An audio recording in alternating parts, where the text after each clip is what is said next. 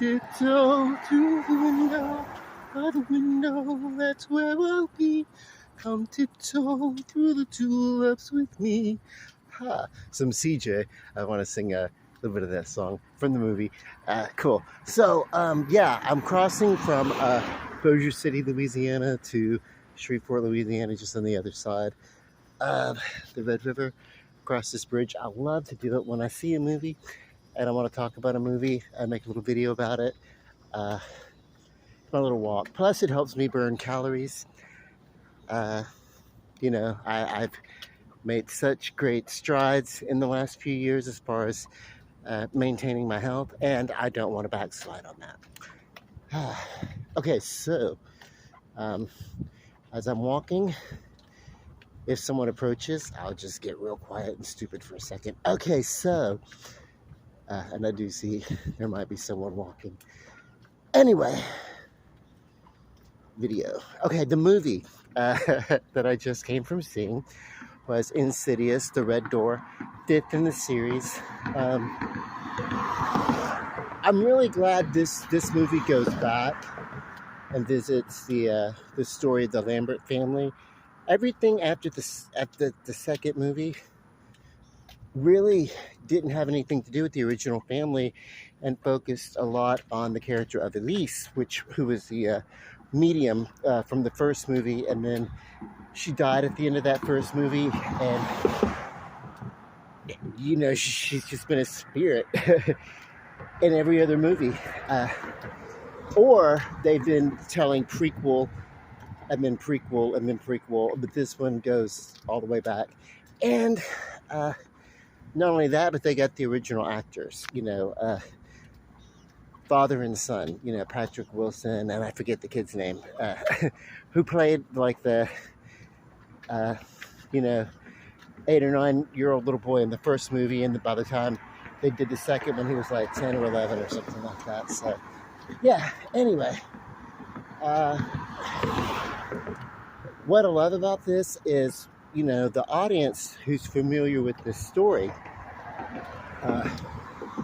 is watching the mystery unfold of what's going on between the father and the son as they rediscover that they are astral projectionists and have that phenomenon of leaving the body when they sleep, and that's not an odd phenomenon because every single person does that when they dream. Sometimes your dreams are dreams. Sometimes your dreams are little adventures. Everybody does it. Okay, so that's not a weird phenomenon. I don't like how this movie series actually represents astral travel. It's not at all the reality of it, but it is a Hollywood movie. Yada, yada, yada. No big deal. So beautiful. The water and the reflection of the lights and everything. Okay, very dreamy. Anyway,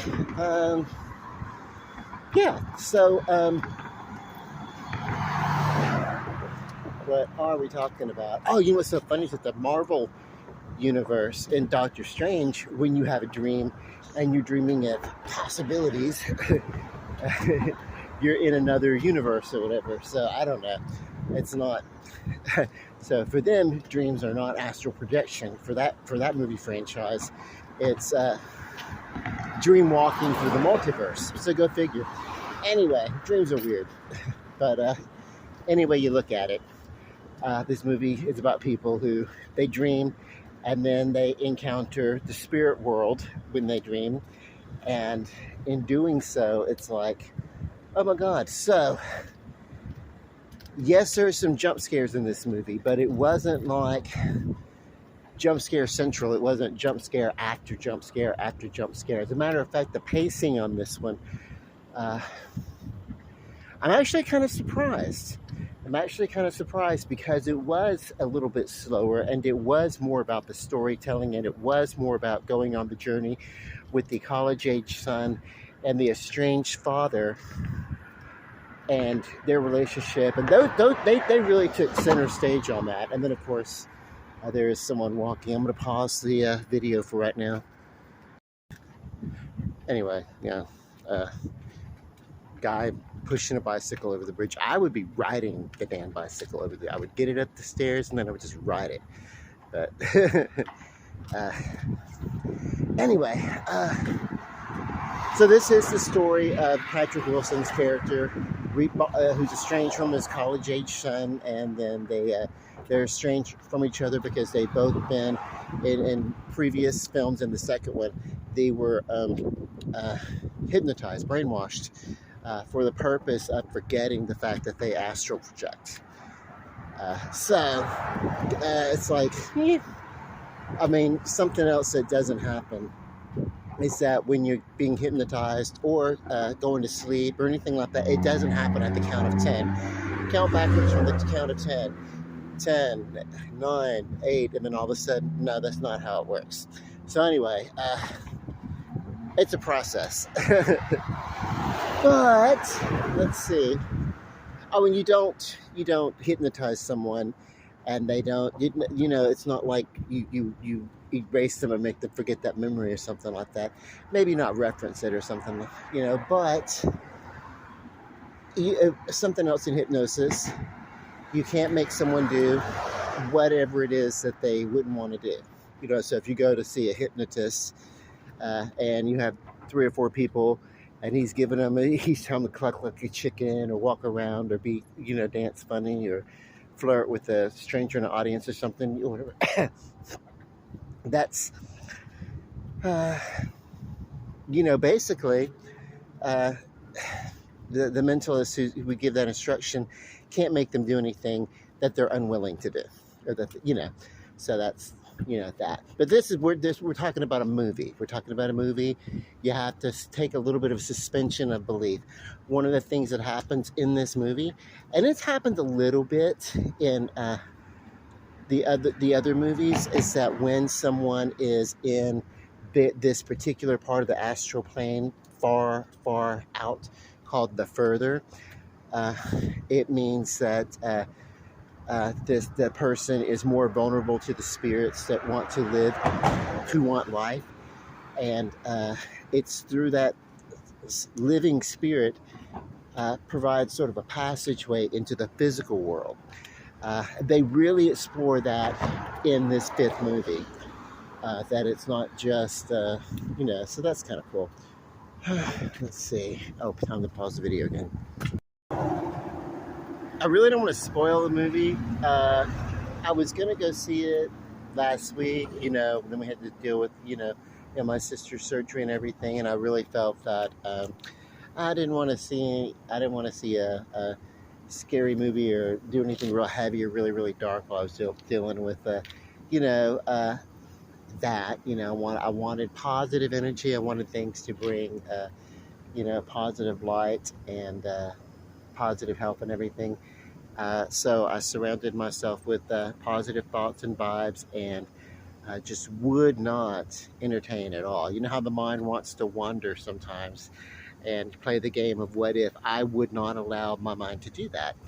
And it's actually an action. It's a choice, by the way, that you tell yourself, oh, by the way, no, I'm not going to think, I'm not going to feel this, and I'm going to stay positive and not jump to conclusions until I'm having a consultation and getting the facts from the surgeon about how the recovery goes and everything like that. But also, this is just, you know, these are doctors that do that same type of procedure, you know, several times a week. So,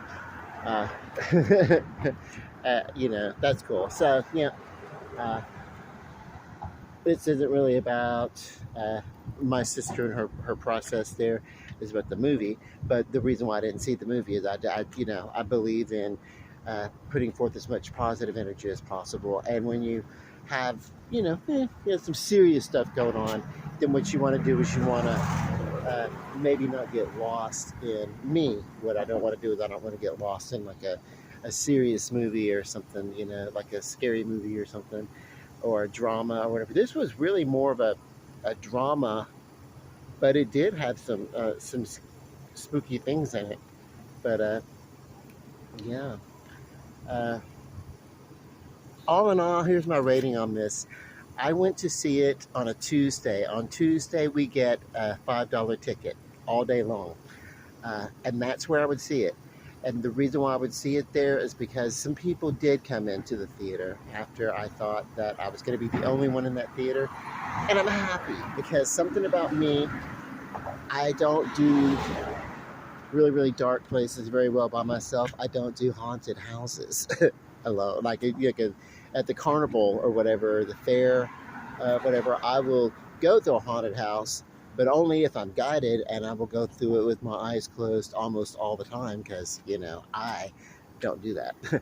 favorite quote of this movie uh, was the female lead of the college, the dorm mate, who the guy Dalton had made a friend with, and I'm really happy that they didn't turn it into a Dalton finds a love interest at college kind of story. She's kind of like his sidekick, and maybe they'll explore that because there probably will be a sequel. Her character was a lot like MJ in the Marvel Spider-Man movies with that kind of attitude. It practically the template for it. Also, Dalton's character as the lead college male, one of the leads at it's like following a template. Now, he was the final boy basically in this movie, as was technically Patrick Wilson, the father was. He playing Josh, and then the other actor playing Dalton. I'm sorry, I can't think of his name right now. But let me go back to these spooky lights. Now someone's coming. I'll just keep walking. I was going to try to be atmospheric, but I'm almost done. Okay, so yeah. They didn't turn it into a lead, but there is the trope that the final boy, that they go to college. And I think this started with Jamie Lee Curtis in Halloween. Not that she was in a sorority or college, she was still at high school, but she was kind of the hero who was not necessarily going to follow the group or the clique. Now, she had friends, but she wasn't like, she wasn't necessarily going along with their bad influence or whatever. Although I do think she smoked some pot with Annie in the car right before they met Mr. Brackett in Halloween. But then the next thing after that, you get horror movies, and these are smart, intelligent girls, and they're not being led by the group. And so now it's a trope that when someone goes to college and the horror movies, it's going to take place with college co-eds, that you have a couple of students, usually the heroes, that little group of heroes, they are too smart for all that fraternity, sorority bullshit, and they rebel against it. They are repelled by it, yet for some reason always end up going to the damn frat party. So that is a trope that gets explored here at college. Go figure.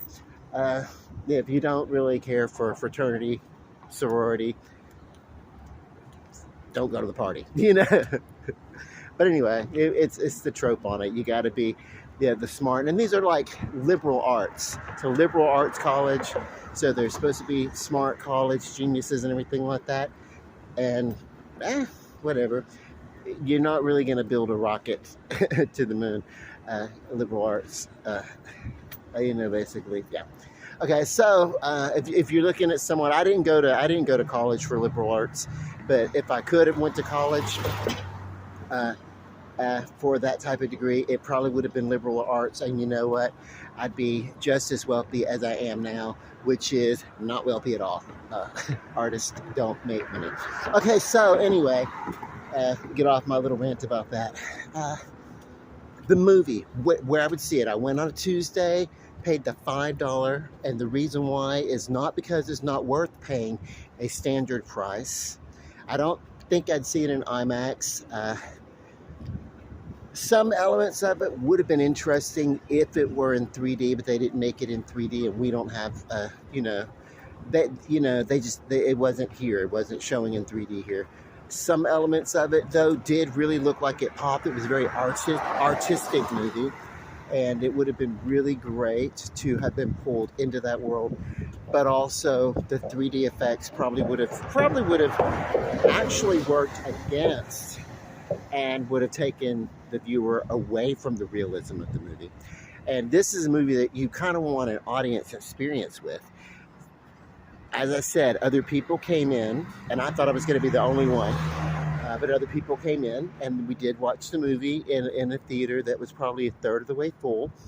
But what was great about it, normally things like talking in a movie theater or mumbling or hearing it, that kind of gets under my skin and pisses me off. In a movie like this, though, you kind of want that. The little mumblings or whispering as the characters are walking through the fog of the further in that astral plane, in that little ghost world, that actually increased the eerie factor, because at some points we weren't sure, I wasn't, if the audience, if murmurings in the audience is what I was hearing, or was I hearing characters ghostly from the movie screen. Now, there were fewer ghosts as they're walking and they're lost in this realm called the Further, being guided by a ghostly lantern.